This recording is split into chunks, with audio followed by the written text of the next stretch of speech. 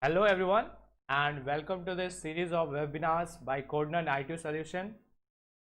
Myself Manvendra Singh, I am machine learning developer at Codegnan IT Solutions, and today we will talk about K-means clustering. We are going to wait for 2 more minutes, so let 4 people join and we will start off with the session. So let's wait for 2 more minutes.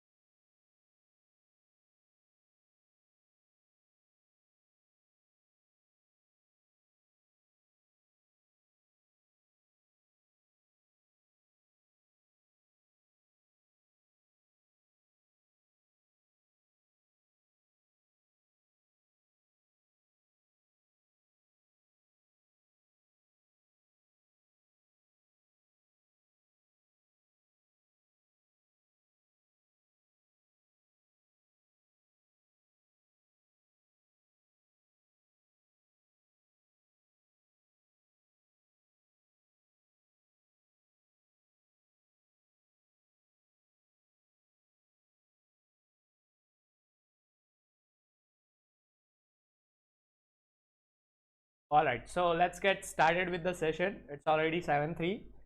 So we are going to talk about what is unsupervised learning first of all. Then we will talk about K-means clustering and how it works, right?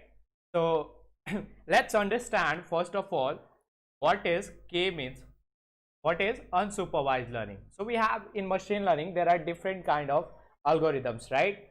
So we have supervised as well as unsupervised algorithms. Now, what is supervised and what is unsupervised? So let's understand that first. So here I have this supervised, unsupervised learning, right?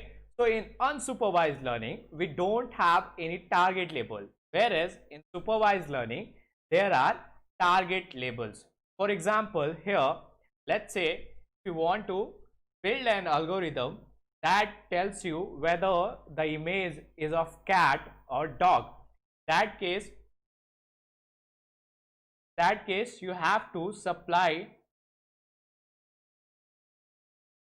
the data as well, right? In that case, have to supply the data as well, right? So you have to give the label that this image is of cat, this image is of dog, and all this. So you have to give this.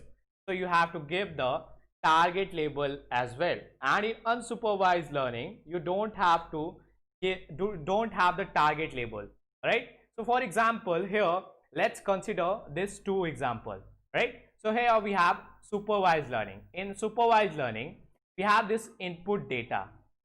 We have this input data. This could be the color, the shape, right? All these are our feature. This is our input data, and we have annotation that these are apple, that these all are apple, right? So our model is going to be trained on this label data.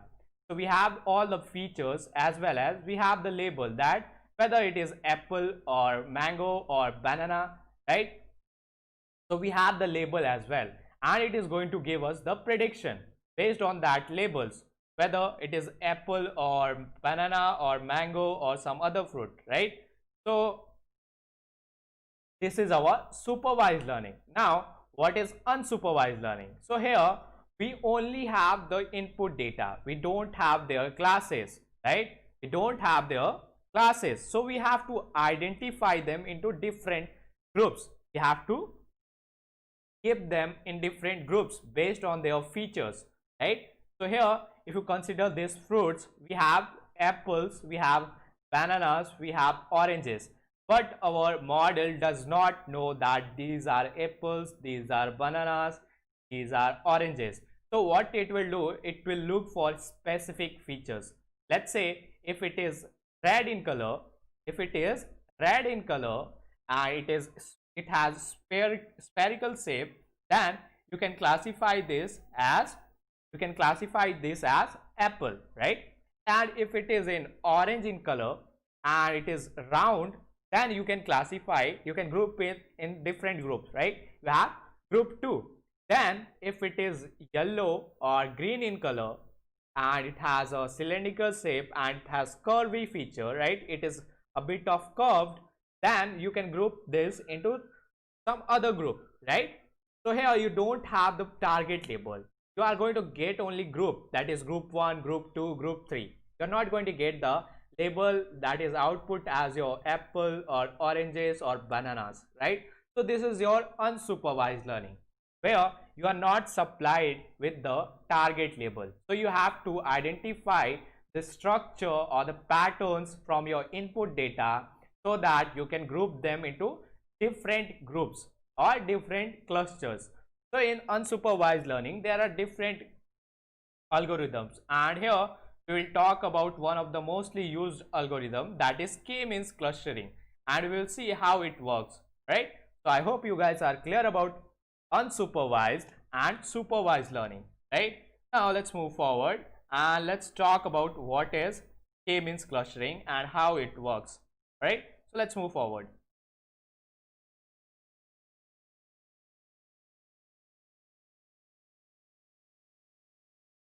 All right, so here we have, let's talk about what is clustering first of all, right? What is clustering? So here if you talk about clustering, have this, it is the method of identifying similar groups of data in a data set. It is known as clustering.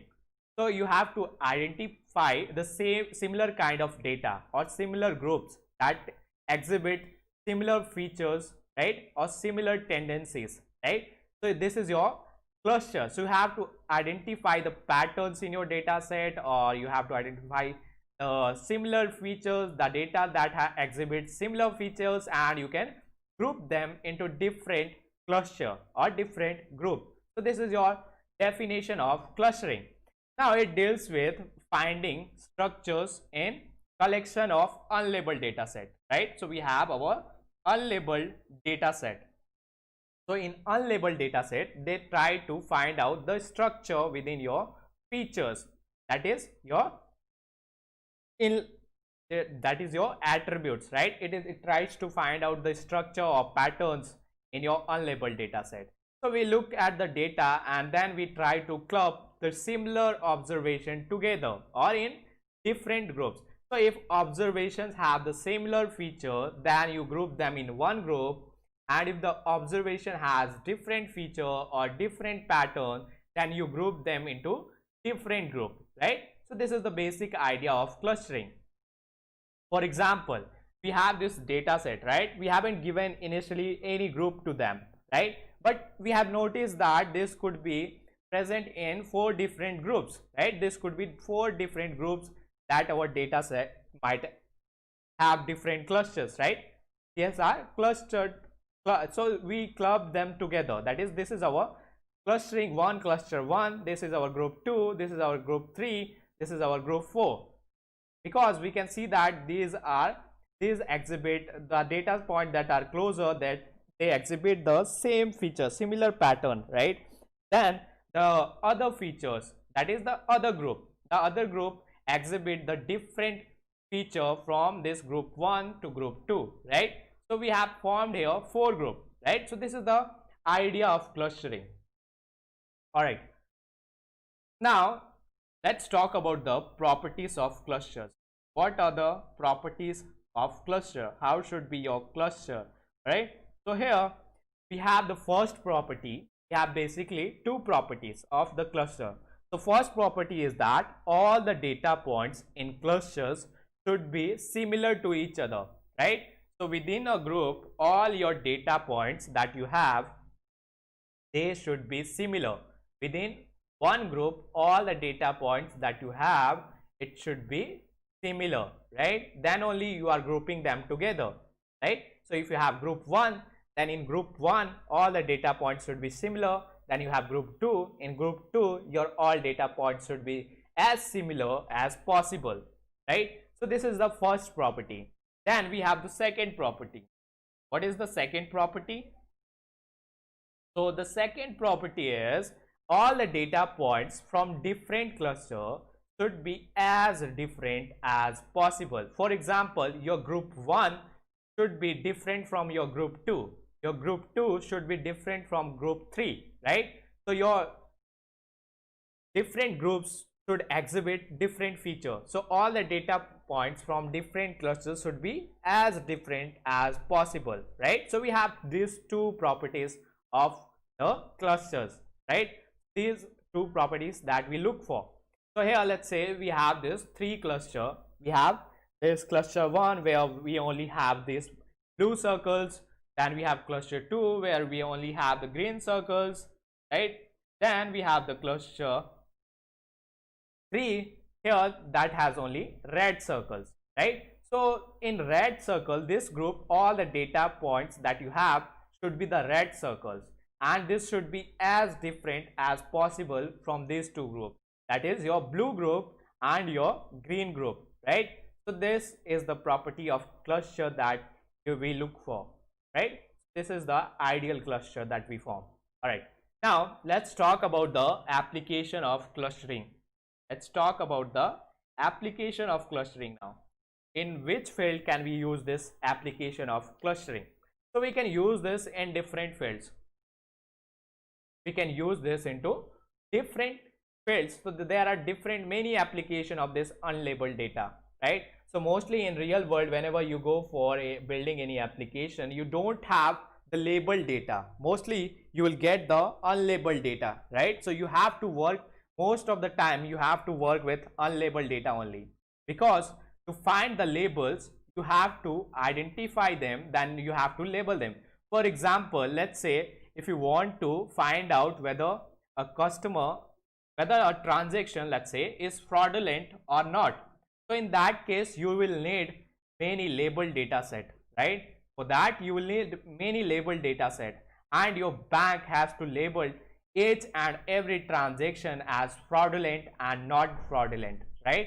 In that case you have to label yourself, or you can write any script. So in that case you have to make use of this unsupervised learning to label your data set as fraudulent and non-fraudulent based on their patterns and structure and all that, right? So mostly you will be working with this unsupervised data, that is unlabeled data. All right, so we can work the application, you will find this in customer segmentation. Let's say you have a mall and you want to segment your customer into different group, right? So first group, the customer that spend a lot. Second group, your customer that spend, that has medium spending, right? And the third customer that has low spending. So you want to focus on your customer that has more spending, right? Because you are getting most of your business from them, right? So in that case, you can use this customer segmentation. You can give them some better offers, right? So that they stay loyal to you, right? So you can make use of this clustering technique, that is customer segmentation, right? Then you can also use this for document segmentation. Let's say you have different kind of documents, right? So one could be your result, one could be your LIC, one could be your future policy, something, right? So in that case, you can make use of this document segmentation, and you can segment your documents differently. Let's say your result, you can keep it in one segment. Your different document, let's say driving license and all for houses, you can segment them into different groups, right? Similarly, if you have a document, and let's say if you want to segment them into different groups, let's say you want to segment the articles into sports, to world news, into there's a different kind of news, right? There are entertainment, then sports news, then your current affairs and all that. So you can make use of this document segmentation. Then there is something called as image segmentation. So this is mostly used in your computer vision. So whenever you go for convolution neural networks and all that, there we make use of this image segmentation, right? So then also in anomaly detection, we make use of this clustering techniques, different clustering techniques. We can make use of them as well in the anomaly detection as well, right? There are many applications of this clustering. Then in pattern recognition, we can make use of clustering, right? So let's talk about one of the main algorithm, that is K-means clustering, and how it works. All right, so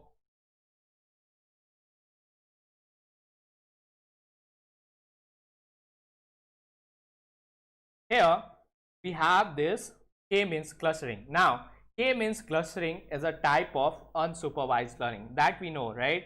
We know that the goal of this algorithm is to find similar groups in data. The number of groups is represented by the variable k. So here in K-means clustering, this k stands for the number of cluster that you want. K stands for the number of cluster that you want. So here the goal of this algorithm is to find similar groups and club them together. Find the similar groups so that you can club them together and form different cluster. So the number of groups that you want depends on this variable k. So you have to give this k yourself. You have to choose the k value yourself, and we will talk about how to choose this k value, right? So it is an iterative process, and it assigns each data point to one of k groups. It is an iterative process, and it assigns each data point to one of k groups. We will talk about that, how it do that.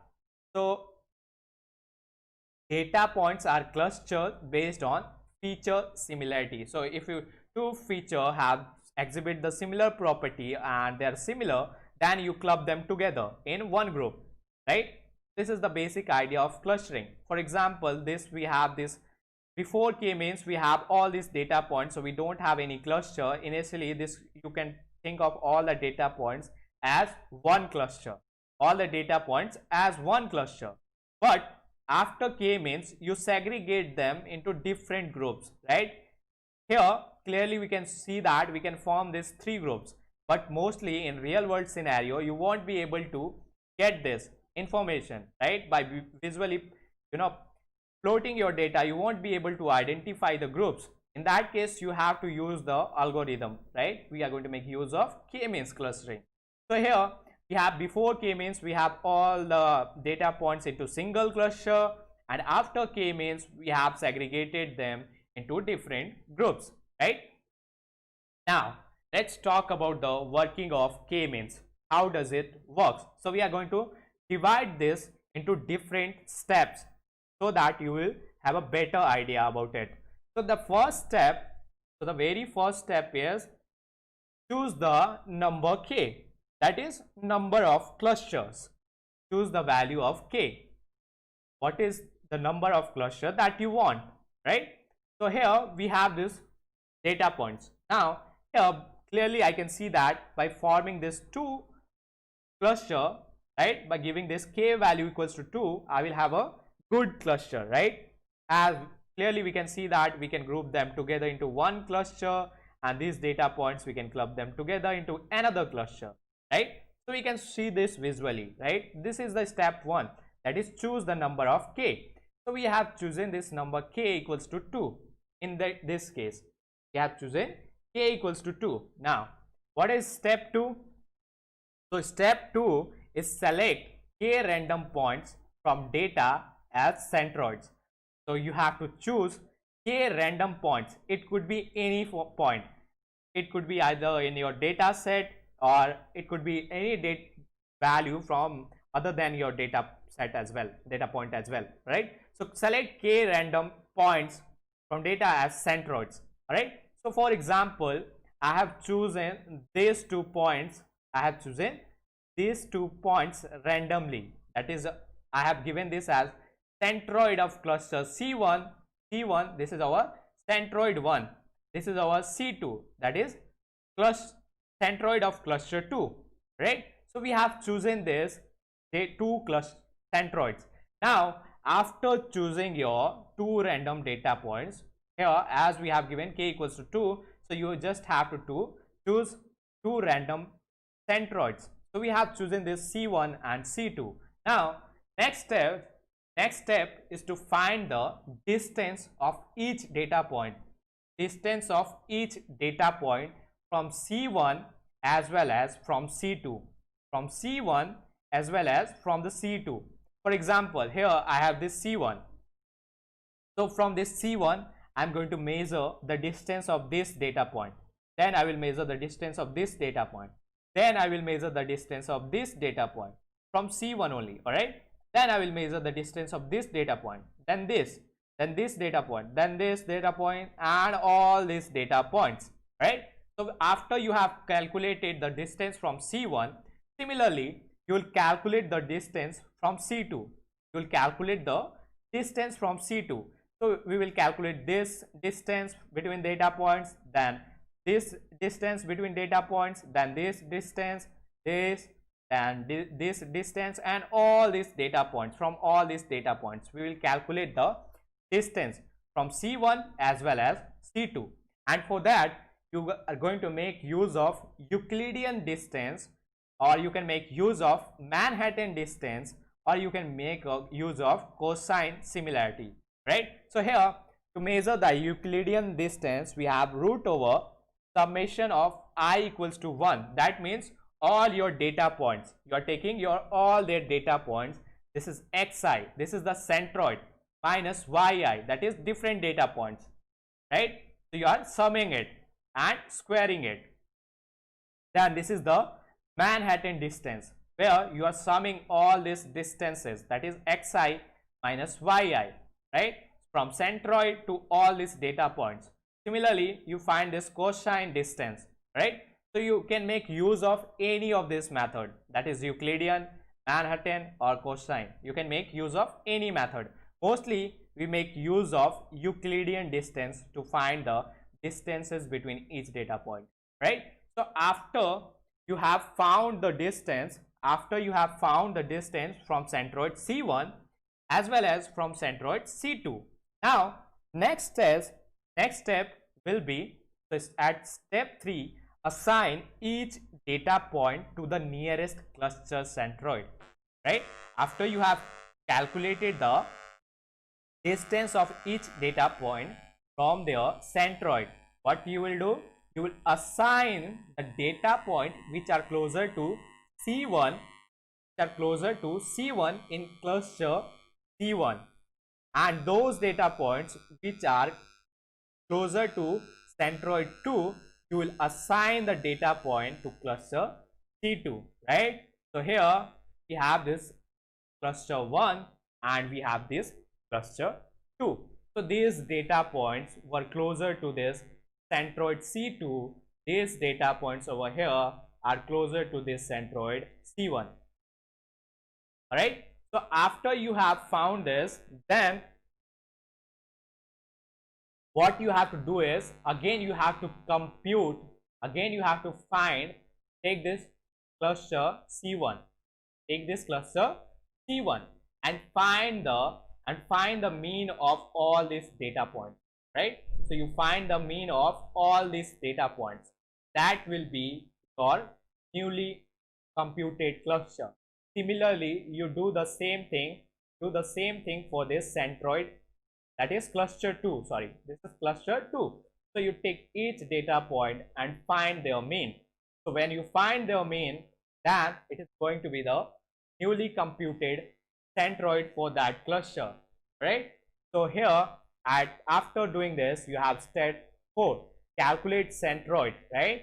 So here is your new centroid after finding the mean, right? So here you have the new centroid, right? You have formed this new centroid.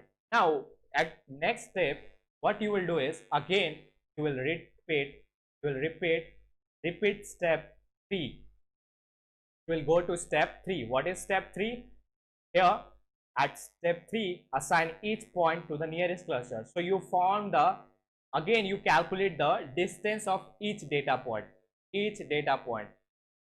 right? So this is our centroid 2, right? You have to calculate this distance, then this, then also this distance on all these data points. And also from centroid 1, you calculate the distance of each data point, right? You calculate the distance of each data point and you keep on repeating this step 3 and 4 until the centroids of newly formed cluster do not change. Until the centroids of newly formed cluster does not change any further. That means you have formed your cluster, you have found your clusters, right? So this is the step that we follow to form our cluster using Kmeans clustering. I hope it is clear to everyone. If you have any doubt, please feel free to paste that in comment box. Right now, how to evaluate our clusters? How do we evaluate our clusters? So we have formed our clusters, right? How do we evaluate our clusters?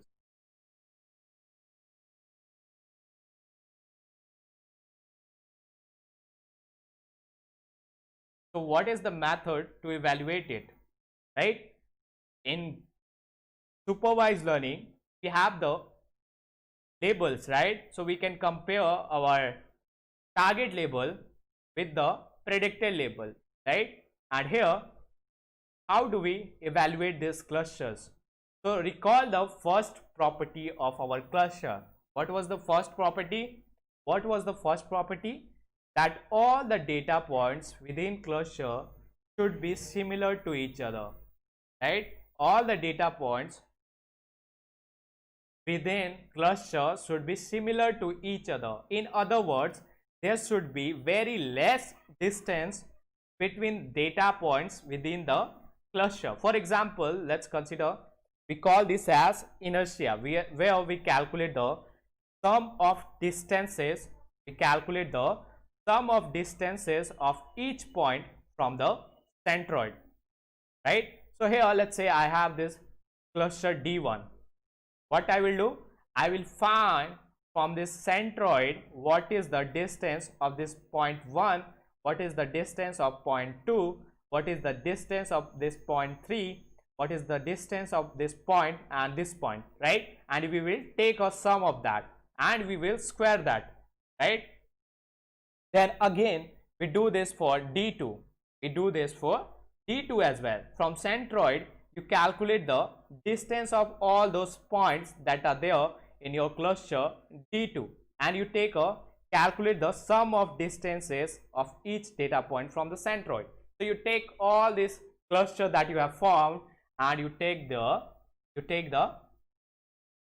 their sum as well, right? So this way you can evaluate your cluster. Now recall the second property. We have formed this inertia based on first property, right?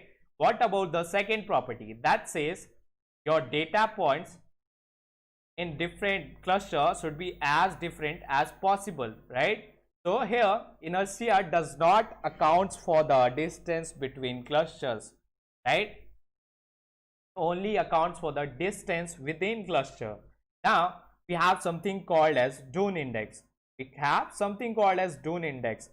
takes into account the distance between clusters along with the distance within cluster, right? Let's see how it works.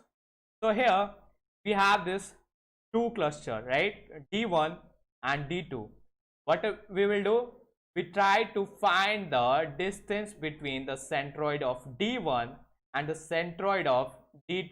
So this is our intercluster. This is our intercluster distance, right?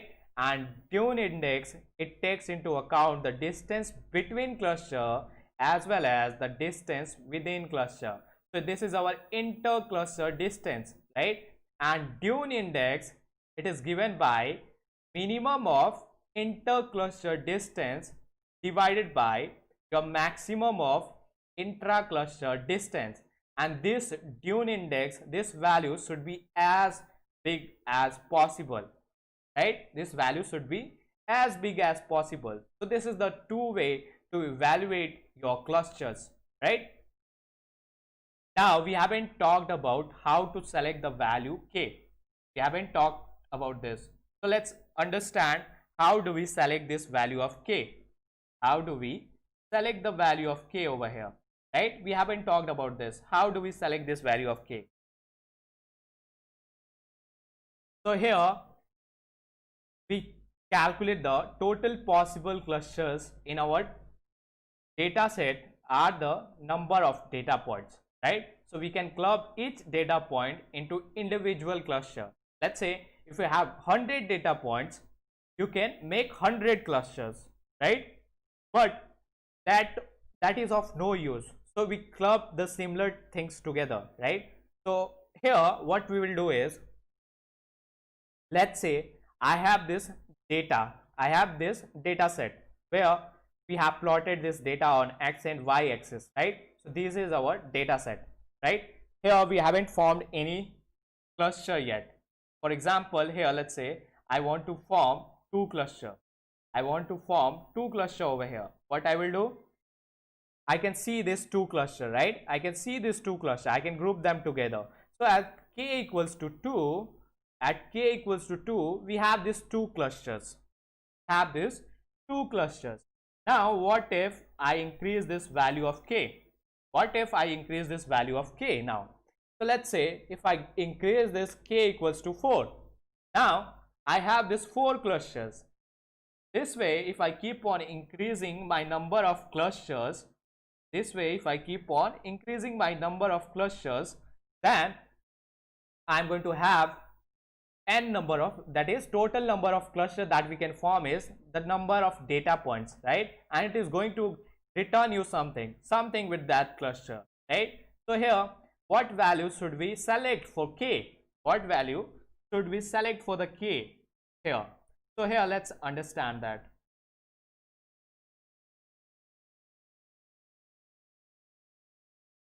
So here we have this total within sum of squares, or in other words you can call this,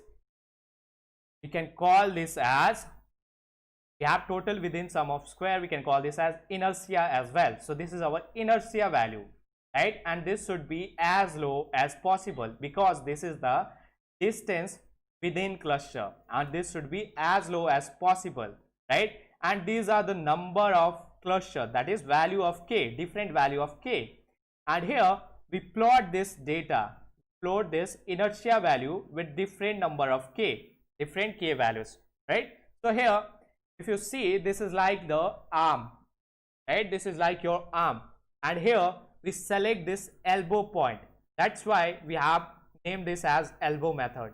We select this elbow point, right? we select this elbow point as the number of cluster. Why? Because after this elbow point, if you see, there is a very small decrease in this inertia value, right? Again there is very small decrease, right? Again there is very small decrease. So we can select this as the optimal value for our K, right? So this is how we select the value of K.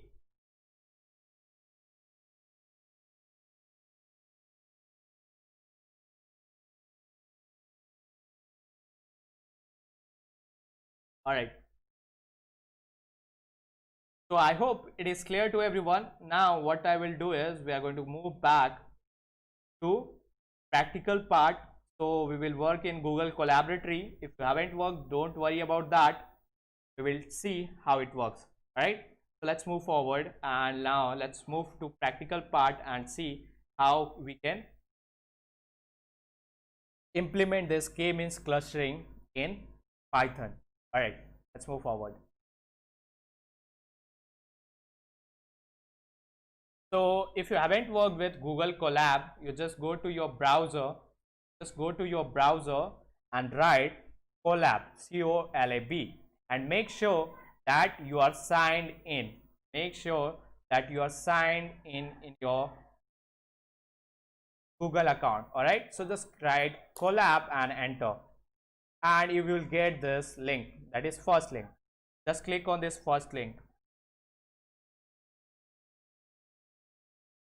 and here it will take you to Google Collaboratory. If you are signed in, just click on cancel. Let me.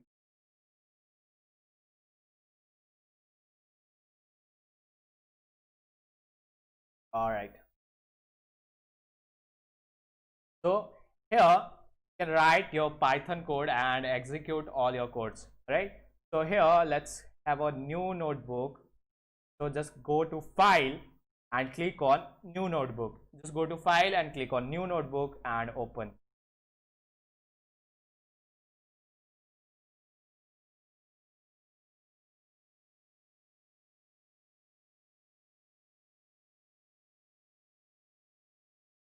And here let's name it as Kmeans webinar. Kmeans webinar, right? So here we are going to implement this. So here I can write the code, I can write the text as well. So get new code cells, just click on code and you will get new code cells, right? So this is very easy. You can work this. This is going to be stored in your drive, so don't worry about that, right? This file, all the files, all the notebooks are going to be stored in your Google Drive, so you can find out your drive as well, right? So here let me connect, so it will allocate me some RAM and memory so that I can work over here. So click on connect, and then we have to import the packages first of all. So import packages, import the necessary packages, right? And here we are going to import pandas as PD. Then we are going to import numpy as np. So what is pandas? We use this pandas for data manipulation, right? Use this pandas, we use it for data analysis, data manipulation. We have numpy. Numpy stands for your numeric Python. So all the scientific computation, for all the scientific computation, we use this numpy package, right? So here I have imported pandas as PD, import numpy as np, right? Then import your matplotlib for plotting the graph. So import matplotlib.pyplot as plt. This is the short name that we have given, or the alias, right? So we are going to make use of plt whenever you want to make use of matplotlib. We are going to use np whenever we want to use numpy. We are going to call it with pd whenever we want to make use of pandas, right? Again, let's import cborn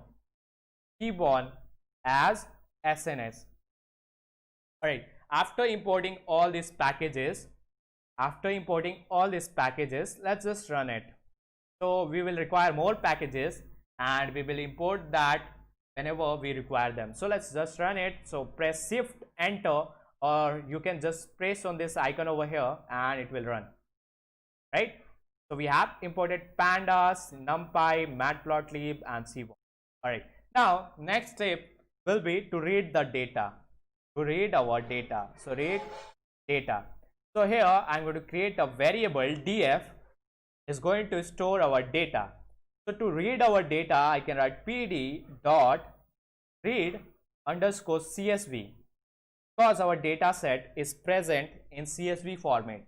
If it might be present in different format, then you might give this clipboard dot underscore csv, then excel file. We can make use of this pandas library, right, to use different kind of data. We can also make use of excel, then hdf, html file as well, json file, pickle file, and we can read all those files using this pandas library. So pd.read underscore csv, then inside this braces you have to pass the path. Now here, how will I get the path, right? So here I have stored the data set in my drive. I have stored the data set in my drive. So here if you see, we have all these icons over here. Can you see it? We have all these icons. So I'm going to click on this folder. I'm going to click on this folder. So it says files. So I'm going to click over here and I will see all these options, right? So we have sample data. If you click, you will get all the sample data that is present. So we don't require this sample data. We have this data set stored in our drive. So first of all, you click on this mount drive. You have to click on this icon over here that says mount drive, and if your data set is present in your system, then you might have to upload it. So you have to click on this icon. So here our data set is stored in drive. So I'm going to click on mount drive. Then you will get this pop-up. You will get this pop-up which says permit this notebook to access your Google Drive files. Then I'm going to click connect to Google Drive, and it will take some time, few seconds, and once it is mounted, you will get an option here. So we have got this option of drive, right? We have got this option of drive. So click on this drive, then go to my drive, right? Go to my drive, and here you will see all the folders that is there in your drive. You can see all the folders and all the files that is stored in your drive. So here I've stored this data set in my Kmeans webinar. So I'm going to go to this folder. So I have this in Kmeans webinar.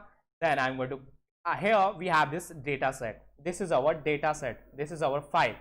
So here what I will do is I'm going to click on right click, do a right click, and here you will get all these options. You have download, delete, rename, copy path. I'm going to click on copy path, right? And after you have copied your path, you just have to paste it over here. So let's just paste it, right? So we have pasted it. After copying, just paste it. And now if I write df dot head, I'll be able to check the data set, head of this data set. So it will give back this 5 rows. We have this 5 rows, right? 0, 1, 2, 3 and 4. And these are our features, that is customer ID, we have gender, we have age, we have annual income, that is in dollar, we have spending score between 1 to 100. Alright, now here we don't have the target label.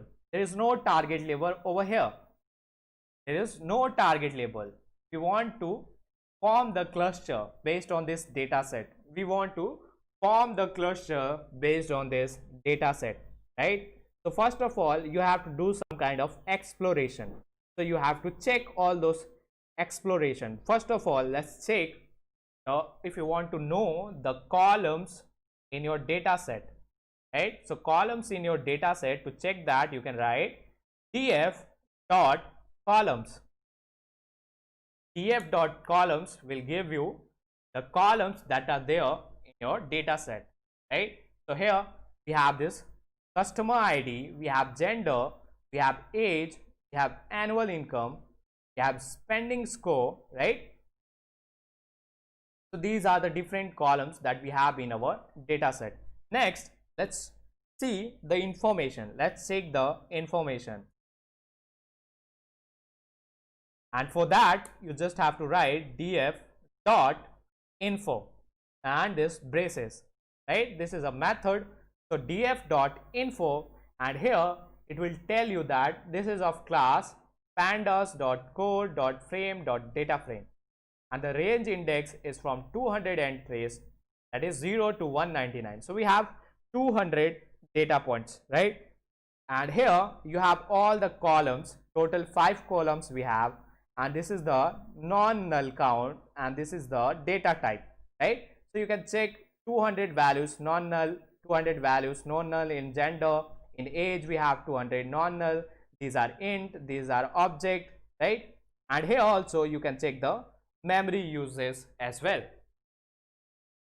After checking this information, if you want to check the shape, so we might have checked the shape. So check shape, you can write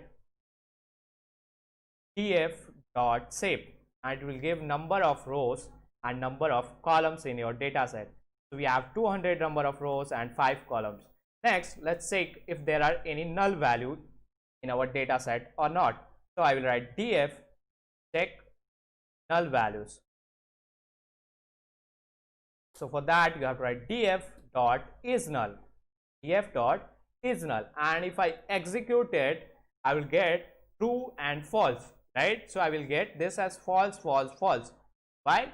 Because here we are just it will give back true and false. Whenever you have the null value, then it will be true, and whenever you have we don't have null value, then it is going to be false. We don't want that. What do we want? We want the sum in each column. So for that I can write dot sum, and here I will get the null value count if there are any in these columns. So in customer ID we don't have any null value. That means all of them does not have any null value. Our data set here does not contains null value. That is very good, right? We don't have any null values.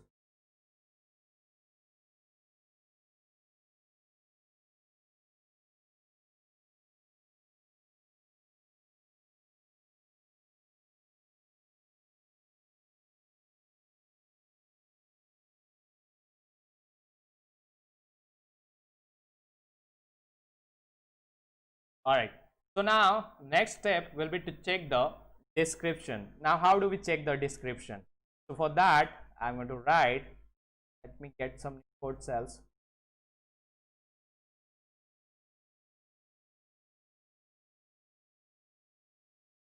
Right, so here let's check the description.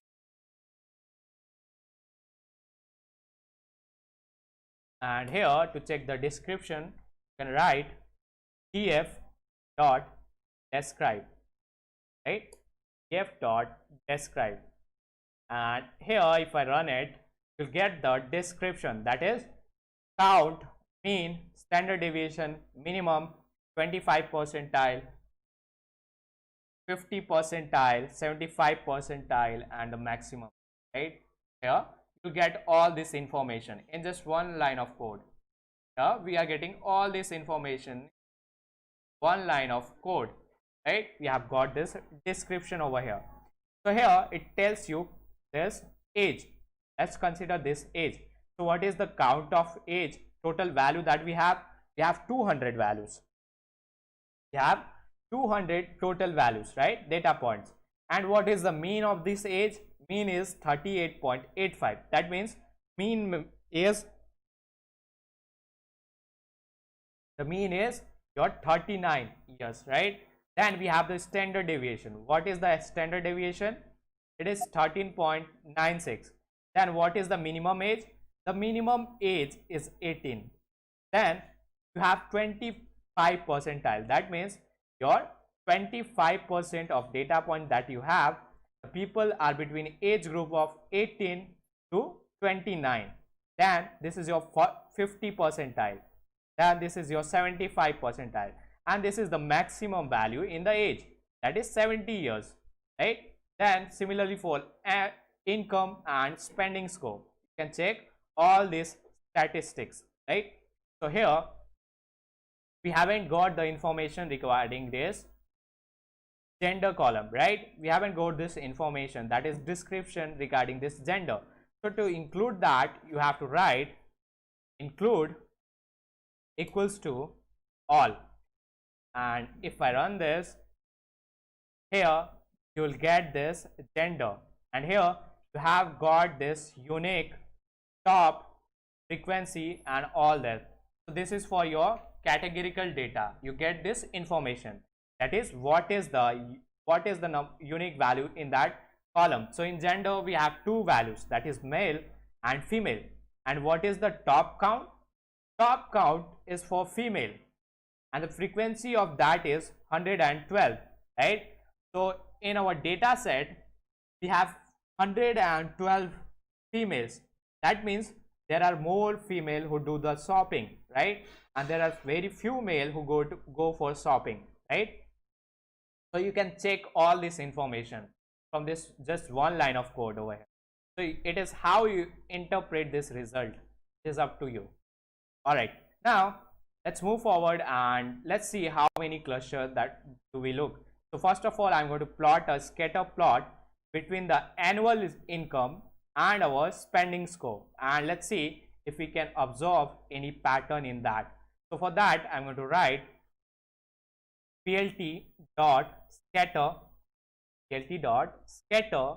your df, your x-axis. So we want the spending score on our x-axis, comma, on y-axis want the df, our annual income, right? So plt dot show. If I run this, let's see.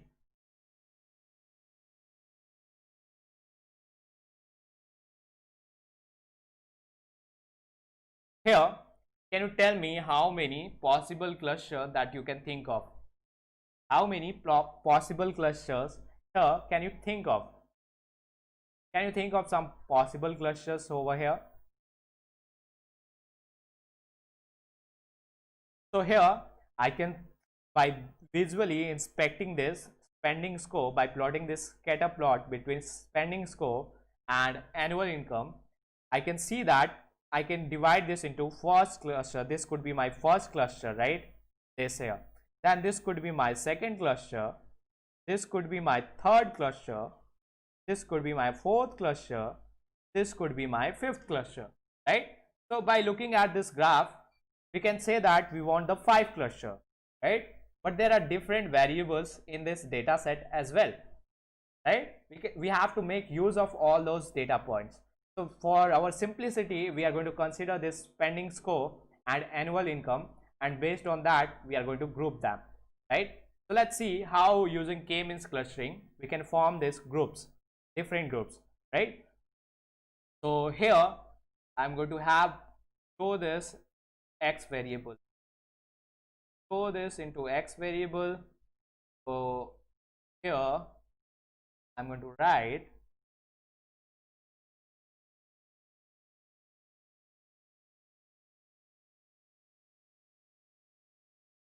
x equals to our df, then dot ilog, right? Then we want all the rows, and we just want the second and third column. This is our x, right? This is our x over here. So this is our x.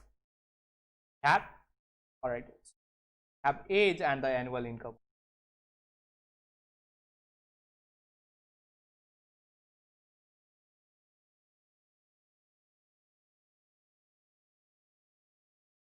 So again, if I plot this between age and annual income, let's see what we get. Plot it for age and the annual income.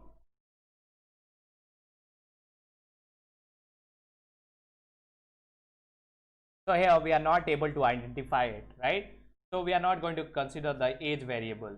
So I have written this as 2. Let's change that at what index it is present. Let me 3 and 4. We want the 3 and 4, right? So we want this as 3 comma 4. Let's run this, right? We have annual income and the spending score. We want to cluster this data set based on these two values, right? So here if I write dot values, I won't get the column names. So this will be my numpy array. This will be my numpy array, right? So we have only the values now in numpy array format, right? We have 15, that is our spending score, and this is income, I think, and this is our spending score between 1 to 100. All right, now let's run it. Let's form our clustering. Let's do the clustering over here. So here we have to import the package from sklearn dot cluster. So here we don't have to split this into training and testing, right, like we do in our supervised learning. So there you have to split that into training and testing data. Then we train our model on training set and we evaluate our model on the testing set. Here all of this data is going to be used for this clustering purpose. We are not going to divide this into training and testing because we don't have any target label, right? So from sklearn.cluster import Kmeans. Import Kmeans. Alright, then let's create the instance of this Kmeans. Create the instance of this Kmeans. So I'm going to give K underscore means. Kmean equals to K means, right? And this is the instance. Now if you go to Google and just write Kmeans scikit-learn, Kmeans sklearn documentation,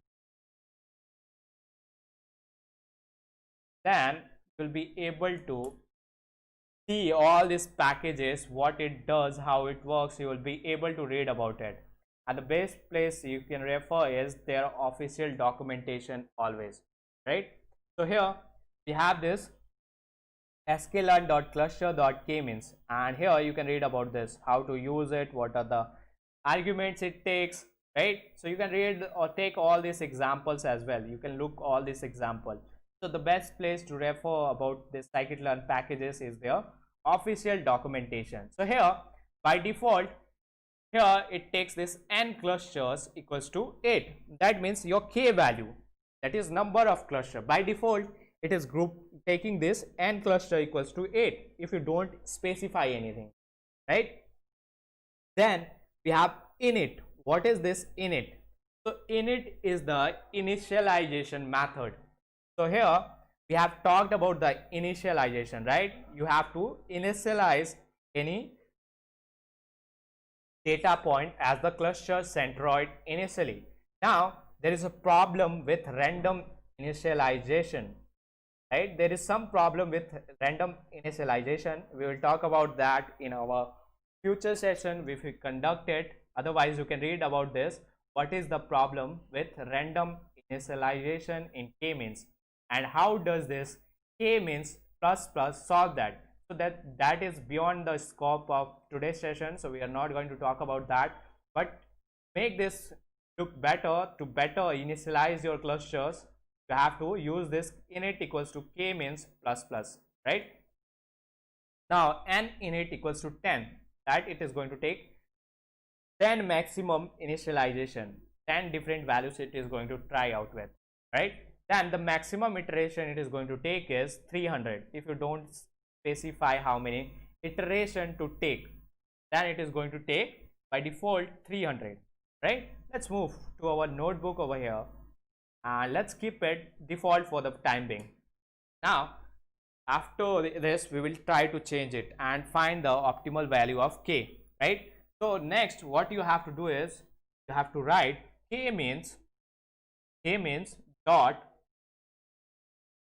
fit. fit underscore predict Kmeans dot fit predict, and let's store this in labels. So we will get this groups, right? So we are naming it as labels. So Kmeans dot fit predict your X. And now if I print this labels, see, it says Kmeans. Alright, so it should be K underscore mean, not Kmeans. K underscore mean. This, right? So here you see by default it takes 8 cluster, right? By default it gives back 8 cluster, and these are the different cluster numbers that you have got. These are different cluster numbers that you have got. So you have 0, 1, 2, 3, 4 and all that. Now let's plot it and see. So here what I'm going to do is I'm going to give x labels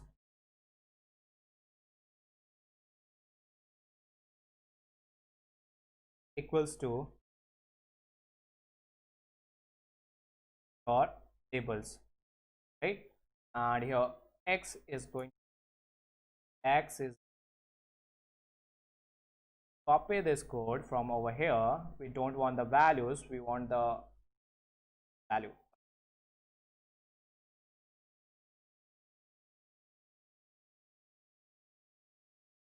Now if I print my x over here, be able to see that have capital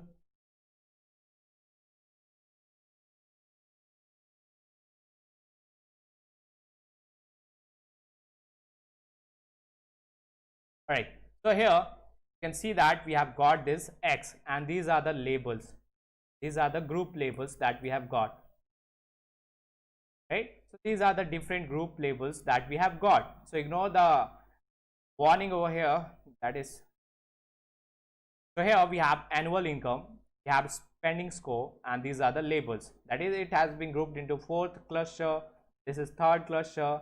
This has been grouped in the 4th cluster again. This had been grouped in the 3rd cluster. Now let's plot it and see. Let's just plot it. So here I'm going to write scatter, and here we have df, sorry, it should be x, and we have the annual income, right? Then we have x, then we have the spending score, right? And it is going to be colored with c equals to your df or df x, your labels, right? So let's just print it plt.show, and here if I run it, let's see.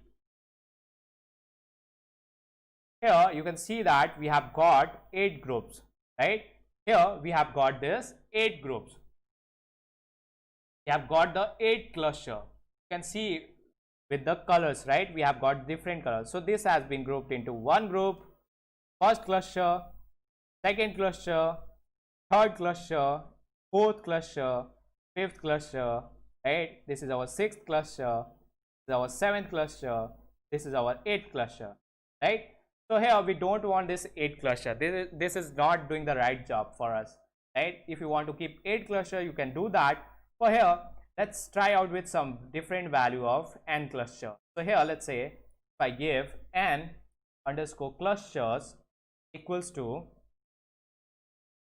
your, let's say 5, right? N cluster equals to 5. Now let's run this.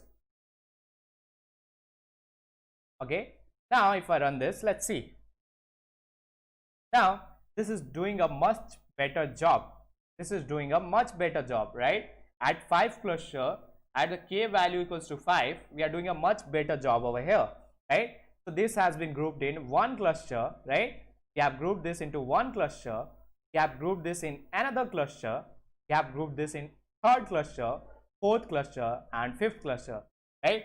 And here you can also check their inertia value. How do we check the inertia value?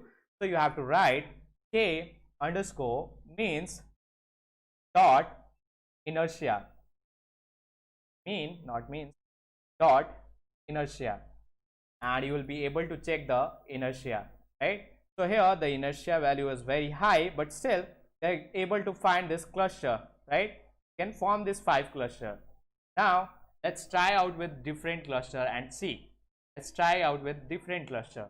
So here I'm going to write a for loop. I'm going to write a for loop, and here let's copy this code.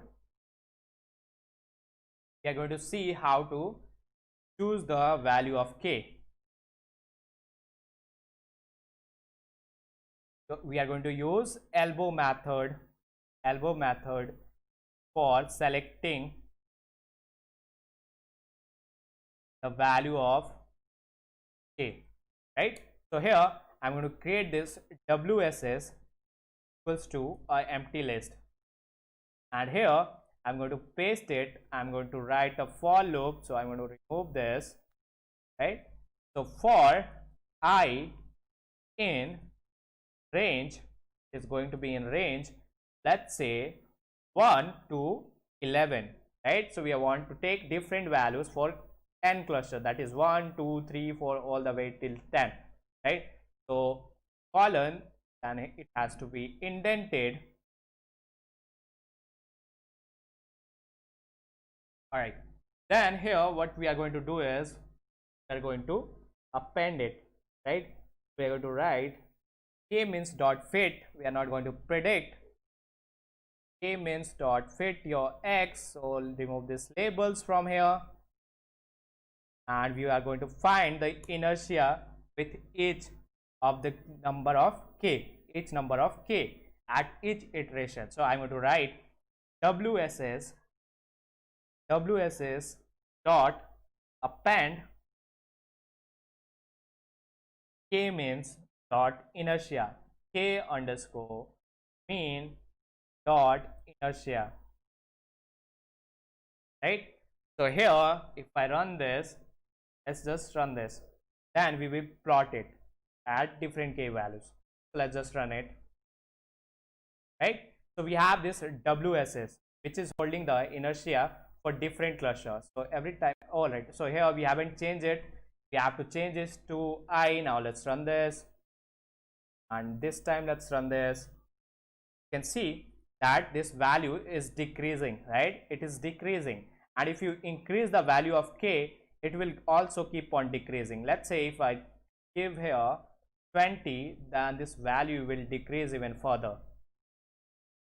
So here it is 871, so it is decreasing. So if you keep on increasing this value of k, your inertia value is going to decrease. So let's keep it as 11 only.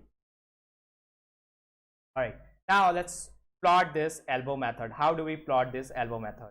So I'm going to create x equals to, for a list comprehension, x for x in range your 1 to 11. All right, so if I print this x, you have 1 2 3 4 all the way till 10, right? So we want to plot this, we want to plot it.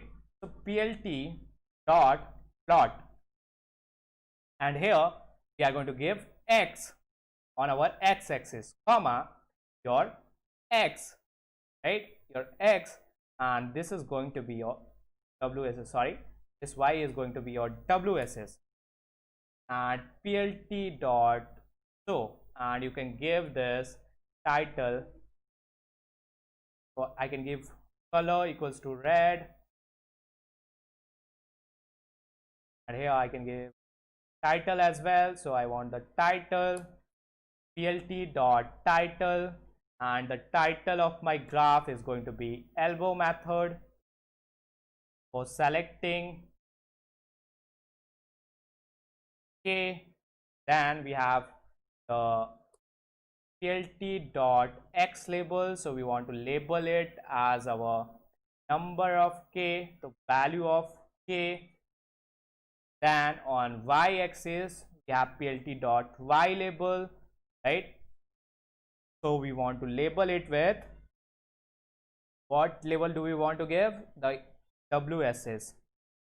This is within sum of square, right? So now let's just run it, and can also specify the comma marker equals to or O. Now let's just right. So these are the different k values, right? We have different k values 2, 4, 6, and there are 2, 3, 4, 5, 6, and all that. So here, if you see at this value, that is k equals to 5, we are getting this somewhere around 44 something inertia value, right? After that, there is very small decrease. There is very small decrease. So we can select this value of k equals to 5. So if you want to plot that, I can write here, I can give plt dot x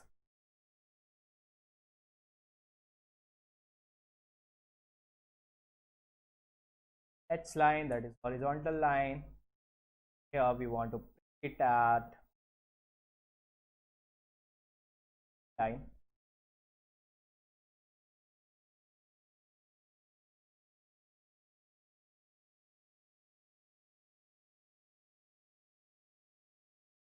Right. So here we have this elbow method, and here we're getting, let's keep this comma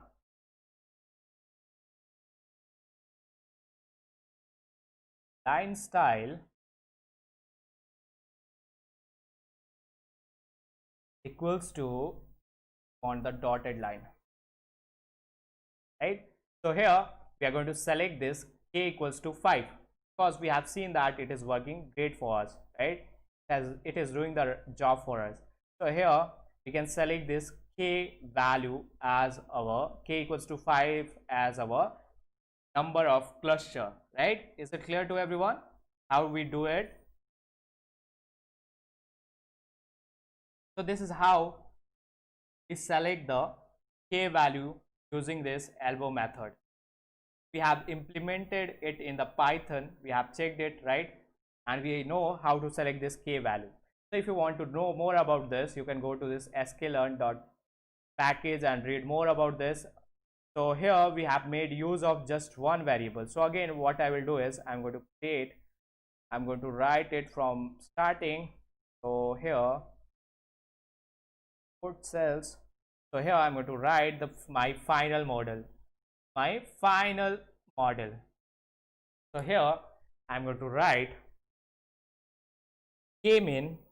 So k means k underscore mean equals to Kmeans, right? So Kmeans, and here we have the n clusters, n underscore clusters equals to 5.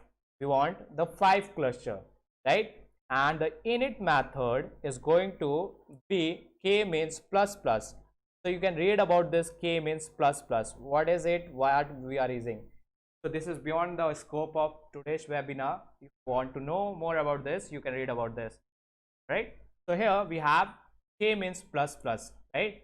And then what we want? We want the label equals to k underscore mean dot fit underscore predict. And what do we want to predict? Our x, right? We want to predict the x, and here x, our label is equals to going to be equals to our table. Now let's just run this.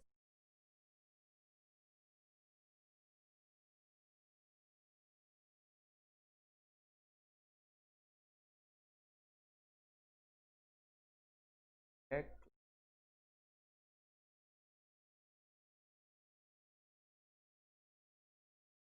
Run this.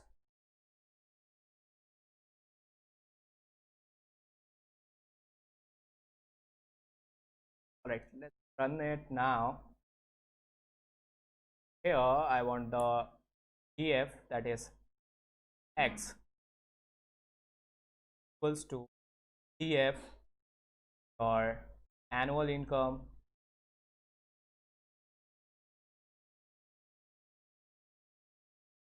copy it from above so it will be better. Go up, copy this, and I'm going to paste it over here. Paste it over here. Then comma, second label that we had was spending score, right? Let me copy this as well. So I'm going to copy it, and here I'm going to paste it.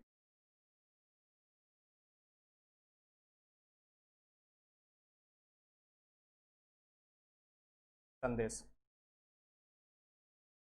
So if I print my x now, if I print this x, then we'll be able to get this output, right? We have labeled our data. We have formed this into different subgroups, right? That is 0 label, then third label, right? Then fourth label, right? So we have formed this into different groups. And if you want to plot it, you just have to copy this code cell and go down over here and just paste it over here, and this time if you run this, you'll be able to get this. It is label, not labels, as label over here, right?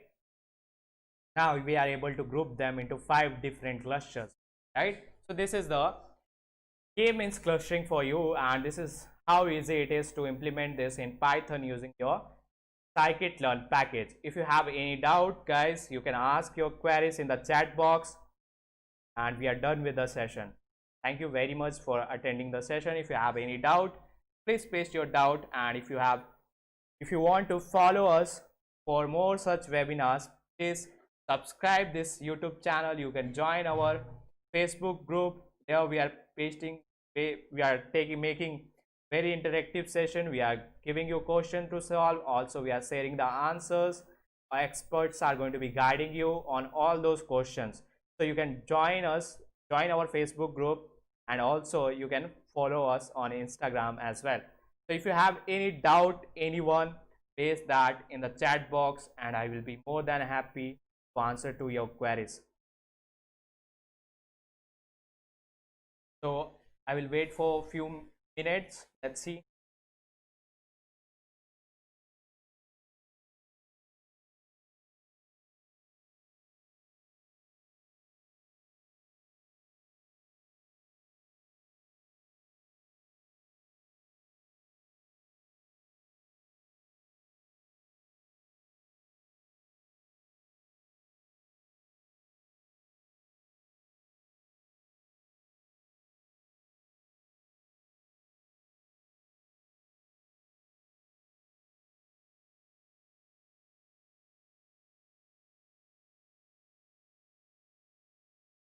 Alright guys, so thank you very much for attending this webinar, and for many such webinars, please subscribe to this channel. You can also go to the website codegnan.com/webinars, and you can register there. So thank you very much for attending today's session, and we will coming up with more such sessions as well. Thank you very much. Have a good night.